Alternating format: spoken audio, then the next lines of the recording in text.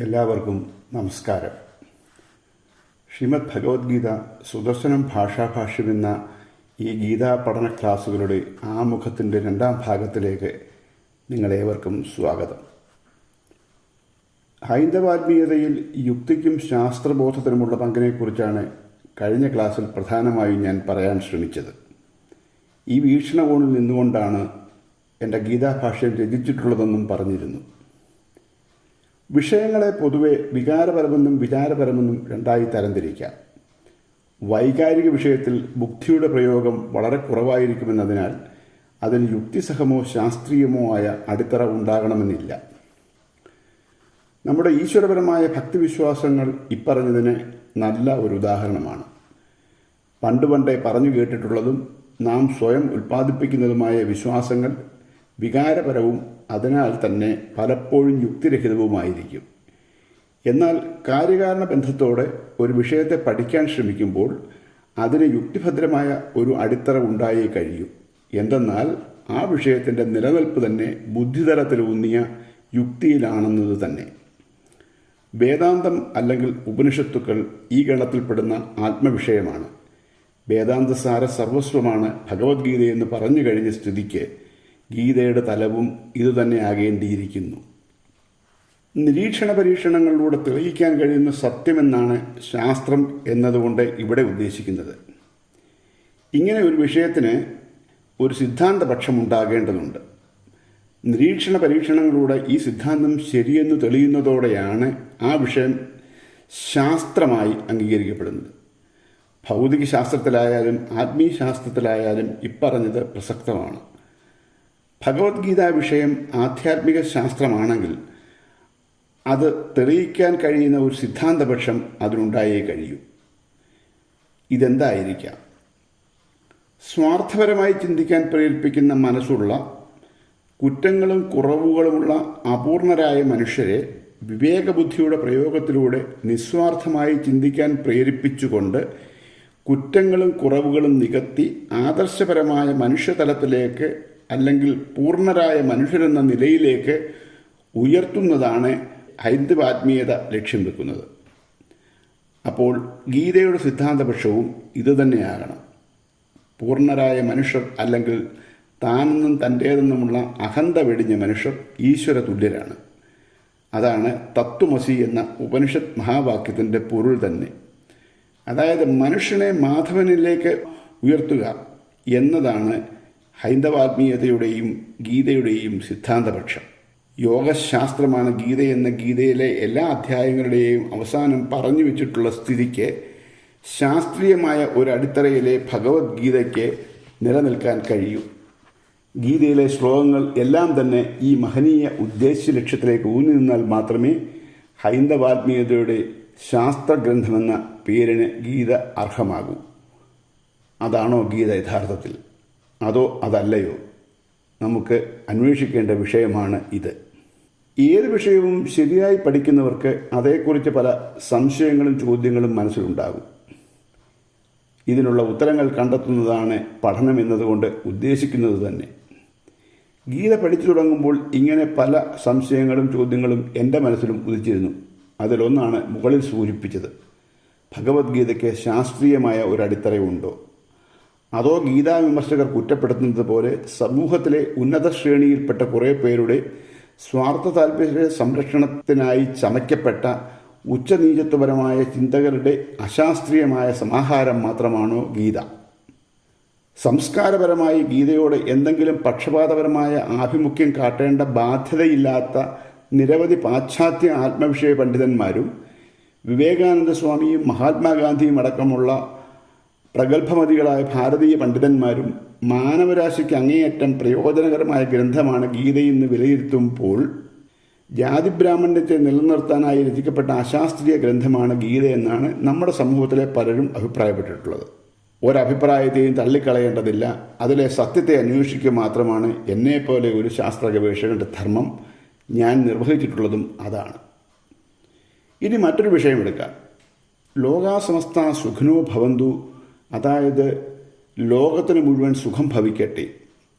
വസുധൈവ കുടുംബകം, അതായത് ഈ ലോകം ഒരു കുടുംബമാണ്, തുടങ്ങിയ ആദർശപരമായ സനാതനധർമ്മ പ്രമാണങ്ങളിലാണ് ഹൈന്ദവാത്മീയത നിലകൊള്ളുന്നതെന്നാണ് കുറഞ്ഞപക്ഷം ഹിന്ദുക്കളെങ്കിലും പറയുന്നത്. പക്ഷെ നമ്മുടെ ഈശ്വര പൂജകളിലും പ്രാർത്ഥനകളിലുമെല്ലാം നിറഞ്ഞു നിൽക്കുന്നത് വ്യക്തിപരമായ നേട്ടങ്ങൾക്കായുള്ള താല്പര്യം മാത്രമാണ്. തനിക്കും തൻ്റെ കുടുംബത്തിലെ മറ്റംഗങ്ങൾക്കും കൂടിപ്പോയാൽ തനിക്കിഷ്ടമുള്ള ചിലർക്കും നന്മ വരുത്തണമേ എന്ന് മാത്രമാണ് നാം എല്ലാം ഈശ്വരനോട് പ്രാർത്ഥിക്കാറുള്ളത്. മനുഷ്യരുടെ സ്വാർത്ഥപ്രേരിതമായ ഈശ്വരാരാധന കൊണ്ട് ലോകത്തിനെങ്ങനെയാണ് സുഖം ഭവിക്കുക? ലോകം ഒരു കുടുംബമാണെങ്കിൽ ആ കുടുംബത്തിന് വേണ്ടിയല്ലേ നാം എല്ലാം പ്രാർത്ഥിക്കേണ്ടത്. പക്ഷേ അതല്ലല്ലോ സംഭവിക്കുന്നത്. ഇവിടെ പ്രമാണവും പ്രയോഗവും തമ്മിൽ തികഞ്ഞ വൈരുദ്ധ്യമില്ലേ? ഇങ്ങനെ പല ചോദ്യങ്ങളും ചോദിച്ചുകൊണ്ട് അവയ്ക്കെല്ലാം യുക്തിസഹമായ ഉത്തരം കണ്ടെത്തി രചിച്ചിട്ടുള്ളതാണ് സുദർശനം എന്ന എൻ്റെ ഗീതാഭാഷ്യം. മേലുദ്ധരിച്ചതുപോലെ ശാസ്ത്രബോധത്തോടെ ഗീതയെ അപഗ്രഥിക്കുമ്പോൾ യുക്തിസഹമല്ലാത്ത ഭക്തിവിശ്വാസതലത്തിൽ നിന്നുകൊണ്ട് അത് ചെയ്യാൻ കഴിയില്ല. യുക്തിസഹമായ ബുദ്ധിതലത്തിൽ നിന്നുകൊണ്ടേ അത് ചെയ്യാൻ കഴിയൂ. യുദ്ധഭൂമിയിൽ യുദ്ധസന്നദ്ധരായി നിൽക്കുന്ന ശത്രുപക്ഷങ്ങൾക്കിടയിൽ നിന്നുകൊണ്ട് ഒരു ബൃഹത് സംവാദം ശ്രീകൃഷ്ണനും അർജുനനും തമ്മിൽ നടത്തിയെന്ന് ഭക്തിവിശ്വാസപരമായി നമുക്ക് ചിന്തിക്കാമെങ്കിലും അതിന് യുക്തിഭദ്രതയില്ലെന്നതാണ് യാഥാർത്ഥ്യം. മഹാത്മാഗാന്ധിയും വിവേകാനന്ദ സ്വാമികളും ഇങ്ങനെയുള്ള ചിന്തകൾ പങ്കുവച്ചിട്ടുണ്ട്. ഈ ചിന്തയെ ഭഗവത്ഗീത സ്വാധ്യായം എന്ന തൻ്റെ കൃതിയിൽ ഗുരു നിത്യചൈതന്യ യതി വളരെ ഭംഗിയായി രേഖപ്പെടുത്തിയിട്ടുമുണ്ട്. അതിങ്ങനെയാണ്: ഗീതയിൽ പറയുന്ന വാക്കുകളൊന്നും ഇതിഹാസത്തിലുള്ള കൃഷ്ണൻ്റെയോ അർജുനൻ്റെയോ അല്ല, ഭാരതീയ സാഹിത്യ സൃഷ്ടിയുടെ പിതാവായ വ്യാസൻ്റെ സർഗാത്മക രചനാ സാമർഥ്യം വേണം ഇവിടെ ദർശിക്കുവാൻ. ശ്രീകൃഷ്ണാർജുന സംവാദം എന്ന രംഗസൃഷ്ടിയിലൂടെ മനുഷ്യരാശിയുടെ നന്മയെ ലക്ഷ്യമാക്കിയുള്ള വേദാന്ത തത്വബോധനമാണ് ഗീതാകാരൻ ഉദ്ദേശിച്ചിട്ടുള്ളത്. അതായത് അർജുനനെ നിമിത്തമാക്കിക്കൊണ്ട് വേദാന്ത തത്വവിചാരധാരയെ അടിസ്ഥാനമാക്കി ഗീതാകാരൻ എഴുതിയുണ്ടാക്കിയ ശ്ലോകങ്ങളെ കൃഷ്ണനിലൂടെ അവതരിപ്പിക്കുകയാണ് ഗീതാകാരൻ ചെയ്യുന്നത് എന്നർത്ഥം. അർജുനനെ കൊണ്ട് ചോദ്യങ്ങൾ ചോദിപ്പിച്ച് അവയ്ക്കുള്ള ഉത്തരങ്ങൾ കൃഷ്ണനെ കൊണ്ട് പറയിച്ച് അർജുനൻ്റെ ജിജ്ഞാസയെ ശമിപ്പിക്കുന്ന വിധത്തിലാണ് ഗീതാകാരൻ ഗീതയെ വിഭാവനം ചെയ്തിരിക്കുന്നത്. അർജുനൻ്റെ സ്ഥാനത്ത് നാം നമ്മെ പ്രതിഷ്ഠിച്ചാൽ നമ്മുടെ ചോദ്യങ്ങൾക്കുള്ള ഉത്തരങ്ങളും കൃഷ്ണൻ നൽകുന്നതായി നമുക്ക് തോന്നും. ആത്മജ്ഞാനം മനുഷ്യരിലേക്ക് പകർന്നു നൽകാനുള്ള ഉപനിഷത്ത് ഗുരുശിഷ്യ സംവാദ രീതിയാണ് ഗീതയും സ്വീകരിച്ചിരിക്കുന്നതെന്ന് പറയാം. ഇങ്ങനെയാകുമ്പോൾ ഗീതയിൽ കൃഷ്ണനോ അർജുനനോ യുദ്ധക്കളമോ ഒന്നുമല്ല പ്രധാനമായിട്ടുള്ളത്. മാനവരാശിക്ക് ഗുണപ്രദമായ ഋഷിപ്രോക്തങ്ങളായ ആത്മീയ ചിന്തകൾ മാത്രമാണെന്ന് ചിന്തിക്കേണ്ടി വരും. കഴിഞ്ഞ ഭാഗത്തിൽ വിവരിച്ച കഠോപനിഷത്തിലെ രഥകൽപ്പനയും ഭഗവത്ഗീതയും തമ്മിലുള്ള ബന്ധം ഒന്ന് ഓർത്താൽ ഇപ്പറഞ്ഞത് കുറേ കൂടി കൃത്യമായിട്ട് നമുക്ക് മനസ്സിലാക്കാൻ കഴിയുന്നതേ ഉള്ളൂ. പക്ഷേ ഇതൊന്നും മനസ്സിലാക്കാതെ ഗീതയുടെ ബാഹ്യരൂപങ്ങളിൽ മാത്രം ദൃഷ്ടി ഉടക്കിക്കൊണ്ട് ഗീതാഭക്തരും ഗീതാവിമർശകരും തമ്മിൽ വെളിയിൽ പോരടിക്കുകയാണ്. ഈ പറഞ്ഞത് അംഗീകരിക്കാൻ രണ്ടു കൂട്ടർക്കും അല്പം ബുദ്ധിമുട്ടാകും എന്നെനിക്കറിയാം. പക്ഷേ ഗീതയുടെ ഉള്ളിലേക്ക് കടക്കുന്നതോടെ ഈ ബുദ്ധിമുട്ടൊക്കെ മാറിക്കിട്ടും എന്ന് തന്നെയാണ് എൻ്റെ വിശ്വാസം. എൻ്റെ ഗീതാഭാഷ്യ രചനയുടെ പൊതു സ്വഭാവമാണ് ഇതുവരെ ഞാൻ പറഞ്ഞത്. രാമായണവും ഭാഗവതവും പോലെ ഒരു പുരാണ ഭക്തി ഗ്രന്ഥം എന്ന നിലയിലാണ് ഭഗവത്ഗീതയെയും ഏറെ പേരും നോക്കിക്കാണാറുള്ളത്. മിക്ക ഗീതാവ്യാഖ്യാനങ്ങളിലും ഈ പുരാണ ഭക്തിയാണ് പ്രകടമായി കാണുന്നതും. ഇത് ഗീതയ്ക്ക് ചേർന്നതാണ്. നമുക്കൊന്ന് നോക്കാം. ഗീത 6-ാം അധ്യായം ധ്യാനയോഗം ശ്ലോകം 5 ഞാനിവിടെ ഒന്ന് ചൊല്ലാം. ഉദ്ധരേദാത്മനാത്മാനം ആത്മാത്മാനമവസാദയേത് ആത്മൈവ ഹ്യൽപനോ ബന്ധു ഒരാത്മൈവരിപുരാത്മന. അർത്ഥം: തന്നെ തന്നാൽ, അതായത് സ്വയം ഉയർത്തണം. തന്നെ ക്ഷീണിപ്പിക്കരുത്, അല്ലെങ്കിൽ താഴ്ത്തരുത്. എന്തെന്നാൽ തനിക്ക് താൻ തന്നെ ബന്ധുവും തനിക്ക് താൻ തന്നെ ശത്രുവും. അതായത് തന്നെ താഴ്ത്തുന്നതും ഉയർത്തുന്നതുമെല്ലാം താൻ തന്നെയാണ്. ഈശ്വരനടക്കം മറ്റൊരാൾക്കും അതിൽ പങ്കില്ല എന്നാണ് ഇവിടെ പറയുന്നത്. ഇങ്ങനെ വിവേകപൂർവമായി ചിന്തിച്ചുകൊണ്ട് ആത്മീയമായി സ്വയം ഉയരാൻ ആഹ്വാനം ചെയ്യുന്ന ഒരു തത്വസംഹിതയെ മറ്റൊരാളിലൂടെ ഈശ്വരാനുഗ്രഹം നേടാം എന്ന് ചിന്തിച്ചിരിക്കുന്ന ഭക്തിവിശ്വാസ തലങ്ങളിലൂടെ നോക്കിക്കാണുന്നത് ഈ ആത്മീയ പ്രമാണങ്ങൾക്ക് യോജിക്കുമോ? ഇത് നിങ്ങളും ഒന്ന് ചിന്തിച്ചു നോക്കിക്കോളൂ. ഇപ്പറഞ്ഞതിൽ നിന്നും നാം അനുവർത്തിച്ചു പോരുന്ന ഭക്തിവിശ്വാസങ്ങൾ തെറ്റാണെന്നോ അതെല്ലാം അപ്പാടെ മാറ്റണമെന്നോ ഒന്നുമല്ല ഞാൻ ഉദ്ദേശിക്കുന്നത്. അതെല്ലാം തന്നെ വേണ്ടതാണ്. അതിനെല്ലാം വിവിധ തലങ്ങളുണ്ട്. ഇതെല്ലാം കൂടി എനിക്കിവിടെ ഈ ചെറിയ ഒരു പ്രഭാഷണത്തിൽ പറയാൻ കഴിയുന്നില്ല. നാം അനുവർത്തിച്ചു പോരുന്ന ഭക്തിവിശ്വാസ തലങ്ങൾക്കെല്ലാം അതിൻ്റേതായ അർത്ഥങ്ങളും മാനങ്ങളുമെല്ലാം ഉണ്ട്. പക്ഷേ ആ ഭക്തിവിശ്വാസ തലത്തിൽ വെച്ചുകൊണ്ട് ഭഗവത്ഗീത പഠിക്കാൻ കഴിയില്ല. കാരണം ഇതൊരു ബുദ്ധിപരമായ ഒരു വ്യായാമമാണ് ഭഗവത്ഗീത എന്ന് പറയുന്നത്. അപ്പം അത് സാധിക്കില്ല എന്ന് മാത്രമേ ഞാൻ ഈ പറഞ്ഞതിന് അർത്ഥമുള്ളൂ. സ്വപരിശ്രമത്തിലൂടെ ഈശ്വരീയതയിലേക്ക് ഉയരാമെന്നല്ലാതെ നാം സാധാരണ ചിന്തിക്കുന്നത് പോലെ ഈശ്വരാനുഗ്രഹം നേടിത്തരുന്ന ഗ്രന്ഥമല്ല ഭഗവത്ഗീതയെന്ന് ഇതിനകം മനസ്സിലാക്കിയ സ്ഥിതിക്ക് ഈശ്വരാനുഗ്രഹത്തിനായി ഗീത പഠിച്ചിട്ട് കാര്യമില്ലെന്ന് ഇനി പറയേണ്ടതില്ലല്ലോ. പക്ഷേ ഈശ്വരീയതയിലേക്ക് ഉയരാൻ ആഗ്രഹിക്കുന്നവർക്ക് അതിനുള്ള വഴി ഗീത നിർദ്ദേശിക്കുന്നുണ്ട്. ആ വഴി നടക്കേണ്ടത് നമ്മളാണ്, നമ്മൾ മാത്രമാണ്. നാമെല്ലാം സാധാരണ ചിന്തിക്കുന്നത് പോലെയുള്ള നിഗ്രഹാനുഗ്രഹ ശക്തിയുള്ള ഒരു ഈശ്വര സങ്കല്പം വേദാന്ത ദർശനത്തിൽ ഇല്ല. അങ്ങനെയൊന്ന് ഗീതയിലും ഇല്ല. സർവവും വ്യാപ്തമായി നിൽക്കുന്ന സകലതനും ഉണ്മയായി നിലകൊള്ളുന്ന നിർഗുണാത്മബോധമാണ് വേദാന്തത്തിൽ പരമാത്മാവ്, ബ്രഹ്മം എന്നൊക്കെയുള്ള നാമങ്ങളിൽ പ്രകീർത്തിക്കപ്പെടുന്ന ഈശ്വരൻ. ആ പരമാത്മഭാവത്തിലാണ് കൃഷ്ണൻ ഗീതോപദേശം നടത്തുന്നത്. വസുദേവപുത്രൻ വാസുദേവകൃഷ്ണനായ അല്ല. ഇത് 10-ാം അധ്യായം വിഭൂതിയോഗം 37-ാം ശ്ലോകത്തിൽ വ്യക്തമാക്കപ്പെട്ടിട്ടുമുണ്ട്. വൃഷ്ണീനാം വാസുദേവോസ്മി പാണ്ഡവാനാം ധനഞ്ജയ മുനീനാമപ്യഹം വ്യാസ കവീനാമുശനാ കവി. വൃഷ്ണികളിൽ ശ്രീകൃഷ്ണനും പാണ്ഡവന്മാരിൽ അർജുനനും മുനികളിൽ വ്യാസനും കവികളിൽ ഉശനസും ഞാനാകുന്നു എന്നാണ് കൃഷ്ണൻ പറയുന്നത്. അതെങ്ങനെയാണ് ഒരാൾ തന്നെ പലതാകുന്നത്? ഇതിൻ്റെ അർത്ഥം ഇവരുടെ എല്ലാം ഉണ്മയായി നിൽക്കുന്നത് പരമാത്മാവാണെന്നാണ്. ഗീതയിലെ കൃഷ്ണൻ പരമാത്മഭാവത്തിലാണ് സംസാരിക്കുന്നത് മുൻപ് ഞാൻ പറഞ്ഞിരുന്നു. അങ്ങനെ പരമാത്മാവാകുമ്പോൾ എല്ലാത്തിൻ്റെയും ഉണ്മ പരമാത്മാവാകും. അതുകൊണ്ടാണ് കൃഷ്ണൻ ഞാനാണ് എല്ലാം എന്ന് പറയുന്നത്. ഈ ഈശ്വരനെ പ്രാപിക്കാൻ നാം സ്വയം ശ്രമിക്കുകയല്ലാതെ മറ്റു മാർഗങ്ങൾ ഒന്നും തന്നെയില്ല. കുറുക്കു വഴികളിലൂടെ ഈശ്വരനെ പ്രാപിച്ച് താൻ ആഗ്രഹിക്കുന്നതെല്ലാം നേടാൻ കഴിയില്ലെന്ന് ഇങ്ങനെ കൃത്യമായും വ്യക്തമായും പറയുന്നതിനാലാകാം വേദാന്തവും ഗീതയുമൊന്നും കൂടുതൽ പേർക്കും സ്വീകാര്യമല്ലാതാകുന്നത്. മന്ത്രങ്ങളിലൂടെയും പൂജകളിലൂടെയും സ്വാധീനിച്ച് തനിക്ക് ആവശ്യമായതെല്ലാം നേടിയെടുക്കാൻ കഴിയുന്ന ഒരു ഈശ്വരനെയാണല്ലോ നമുക്കെല്ലാം വേണ്ടത്. ആ ഈശ്വരനെ നേടിത്തരാൻ കഴിവുള്ള ധാരാളം പേർ ഇന്ന് സമൂഹത്തിൽ ഉണ്ട് താനും. ഗീതയുടെ ഒരു അധ്യായം തന്നെ ഭക്തിയോഗമായിരിക്കെ ഭക്തിവിശ്വാസപരമായല്ലേ ഗീതയെ കാണേണ്ടത് എന്ന ചോദ്യം പലരുടെയും ഉള്ളിലുണ്ടാകാം. ഗീത ഉദ്ഘോഷിക്കുന്ന നിഷ്കാമ ഭക്തിയും നാം പിന്തുടർന്നു പോരുന്ന കാമ്യഭക്തിയും തമ്മിൽ അജഗജാന്തരമുണ്ടെന്നതാണ് ഇതിനുള്ള ഉത്തരം.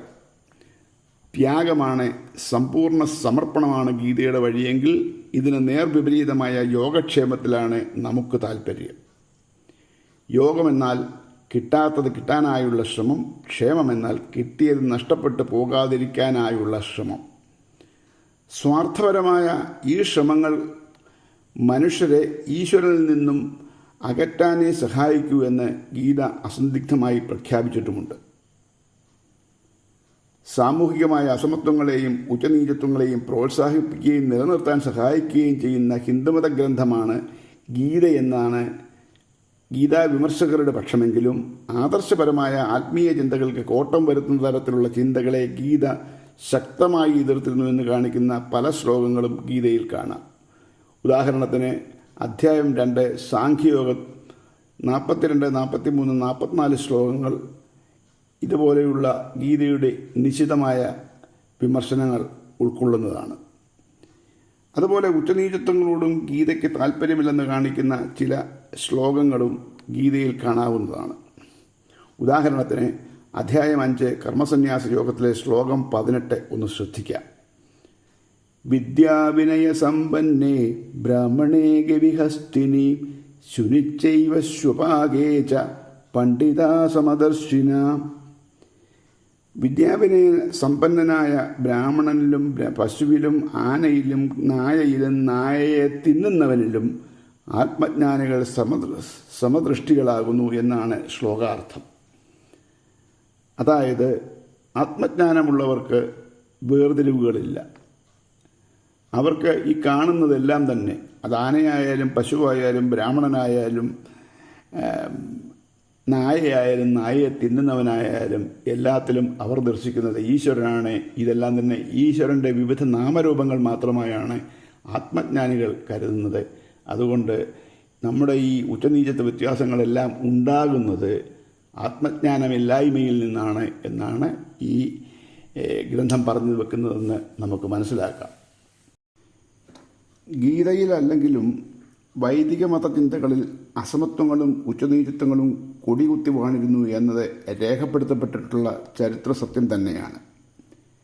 വേദോക്തമായ സനാതനധർമ്മ പ്രമാണങ്ങളെ, നിസ്വാർത്ഥതയുടെ മഹാമന്ത്രമോദിയ ഋഷിചിന്തകളെ പുരോഹിതവർഗവും അധികാരവർഗവും കൂടി അവരുടെ സ്വാർത്ഥ താൽപ്പര്യ സംരക്ഷണത്തിനായി വികലമായി വ്യാഖ്യാനിച്ച് അവതരിപ്പിച്ച് ഉച്ചനീചത്വങ്ങളുള്ള സമൂഹം സൃഷ്ടിച്ചു എന്നത് ഒരു ചരിത്ര സത്യം തന്നെയാണ്. അങ്ങനെ വൈദിക മതത്തിൻ്റെ ശോഭ കെട്ട് അവൈദിക മതങ്ങളായ ബുദ്ധമതവും ജൈനമതവും ഭാരതം അങ്ങോളം ഇങ്ങോളം വ്യാപിച്ചതിനു ശേഷം സനാതനധർമ്മ പുനരുദ്ധാരണത്തിനായി രചിക്കപ്പെട്ട കൃതികളാണ് രാമായണവും മഹാഭാരതവും എന്നാണ് കരുതപ്പെടുന്നത്. മഹാഭാരതവുമായി ബന്ധപ്പെട്ടതാണല്ലോ ഗീതാ വിഷയവും. ഹിന്ദുമതമെന്ന് പിൽക്കാലത്ത് അറിയപ്പെട്ട വൈദിക മതത്തിൻ്റെ ഈ ദൂഷ്യവശങ്ങളെ പരിഹരിക്കുന്ന വിധത്തിലാണ് ഈ രണ്ട് ഇതിഹാസ രചനകളുമെന്നാണ് ചില പണ്ഡിതരെങ്കിലും അഭിപ്രായപ്പെട്ടിട്ടുള്ളത്. ഇതിൽ കാര്യമുണ്ടെന്നാണ് എനിക്കും മനസ്സിലായിട്ടുള്ളത്. അങ്ങനെയാണെങ്കിൽ സനാതനധർമ്മത്തിന് ഗുണമുണ്ടാക്കുന്ന കാര്യങ്ങളല്ലാതെ ദോഷമുണ്ടാക്കുന്ന ഉച്ചനീചത്വ ചിന്തകൾ ഗീതയിൽ വരുന്നുണ്ടെന്ന് പറയുന്നതിൽ ഒരു യുക്തിരാഹിത്യം ഉണ്ട്. ഏതായാലും മുൻവിധികൾ നമുക്ക് വേണ്ട. ഗീത പഠിച്ച് മുന്നോട്ട് പോകുമ്പോൾ എന്താണോ നാം മനസ്സിലാക്കുന്നത് അതാണ് ശരിയെന്ന് ചിന്തിക്കാം. ഭഗവത്ഗീതാ രചനയുടെ സാമൂഹികവും ആത്മീയവുമായ പശ്ചാത്തലവും അനുബന്ധ വിവരങ്ങളും എൻ്റെ ഗീതാഭാഷ്യത്തിൽ വിശദമായി പ്രതിപാദിച്ചിട്ടുണ്ട്. 10-20 മിനിറ്റ് മാത്രം നീണ്ടു നിൽക്കുന്ന ഒരു ഹ്രസ്വ പ്രസംഗത്തിലൂടെ അതെല്ലാം വിശദീകരിക്കാൻ ഇവിടെ കഴിയില്ലല്ലോ.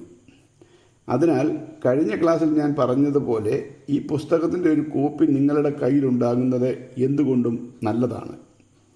ഈ പ്രഭാഷണം കേൾക്കുന്നതോടൊപ്പം പുസ്തകവും കൂടി വായിക്കാൻ കഴിഞ്ഞാൽ കാര്യങ്ങൾ വളരെ വ്യക്തമായും കൃത്യമായും നിങ്ങൾക്ക് മനസ്സിലാക്കാൻ കഴിയും എന്നാണ് എൻ്റെ വിശ്വാസം. ഈ ഗീതാ ക്ലാസ്സുകളുടെ ആമുഖ പ്രഭാഷണം ഇതോടെ അവസാനിക്കുകയാണ്. അടുത്ത ക്ലാസ് മുതൽ നമുക്ക് ഗീതാ ശ്ലോകങ്ങളെ മനസ്സിലാക്കാൻ ശ്രമിക്കാം. അതിനു മുൻപായി ഒരു കാര്യം എടുത്തു പറയട്ടെ. നാം അനുവർത്തിച്ചു പോരുന്ന ഭക്തിവിശ്വാസ ചിന്തകളും വെച്ചുകൊണ്ട് ഭഗവത്ഗീത പഠിക്കാൻ ശ്രമിച്ചാൽ അത് ബുദ്ധിമുട്ടാകാം. വിവേകപൂർവം പഠിച്ചു മനസ്സിലാക്കേണ്ട ഒരു വിഷയത്തെ വികാരപരമായ ഭക്തിവിശ്വാസങ്ങളുമായി ചേർത്ത് നിർത്തി മനസ്സിലാക്കാൻ ശ്രമിച്ചാൽ അത് ആശയക്കുഴപ്പമുണ്ടാക്കും എന്നതിനാണ് ഇങ്ങനെ പറയുന്നത്. അതുകൊണ്ട് മുൻവിധികളില്ലാതെ തുറന്നു മനസ്സോടെയായിരിക്കണം ഗീത പഠിക്കാൻ തുടങ്ങേണ്ടതെന്ന് വീണ്ടും പറയട്ടെ. ഞാൻ പറയുന്നത് കേൾക്കുന്നത് കൊണ്ടോ പുസ്തകം വായിച്ചതുകൊണ്ടോ മാത്രം ഗീത നിങ്ങൾക്കുള്ളിലെത്തി അനുഭവമാകില്ല. അതിന് ശ്രീകൃഷ്ണൻ അർജുനനോട് പറഞ്ഞതുപോലെ കേൾക്കുന്നതും വായിക്കുന്നതുമെല്ലാം വിമർശന ബുദ്ധിയോടുകൂടി നിങ്ങൾ തന്നെ പഠിച്ചു മനസ്സിലാക്കേണ്ടതുണ്ട്. ഞാനായാലും മറ്റാരായാലും പകർന്നു നൽകുന്നത് അറിവുകൾ മാത്രമാണ്. അത് സ്വബുദ്ധിയിലൂടെ മനനം ചെയ്തുറപ്പിക്കുമ്പോൾ മാത്രമേ അത് സ്വാനുഭവമായി വ്യക്തിത്വത്തെ സഹായിക്കുന്ന വിധത്തിലുള്ള മാറ്റങ്ങൾ ഉണ്ടാക്കാൻ സഹായിക്കുകയുള്ളൂ. അങ്ങനെ അനുഭവമാകുന്നത് മാത്രമേ സ്വന്തം വ്യക്തിത്വത്തിൻ്റെ ഭാഗം ആകുകയുമുള്ളൂ. അതുപോലെ ഗീത പഠിക്കുന്നത് നല്ലൊരു കാഴ്ചപ്പാട് നേടാനാണ്. നാം സാധാരണ ചിന്തിക്കുന്നത് പോലെ ഈശ്വരാനുഗ്രഹത്തിനായല്ല എന്നതും നന്നായി ധരിച്ച് മനസ്സിൽ ഉറപ്പിക്കേണ്ടതുണ്ട്. ഇങ്ങനെയെല്ലാം ചേർന്ന് വരുമ്പോൾ ഗീതാ പഠനം സാർത്ഥകമാകും. അതാകണം നമ്മുടെ ലക്ഷ്യമെന്ന് പറഞ്ഞുകൊണ്ട് എൻ്റെ വാക്കുകൾ ഉപസംഹരിക്കുന്നു. എല്ലാവർക്കും നന്ദി, നമസ്കാരം.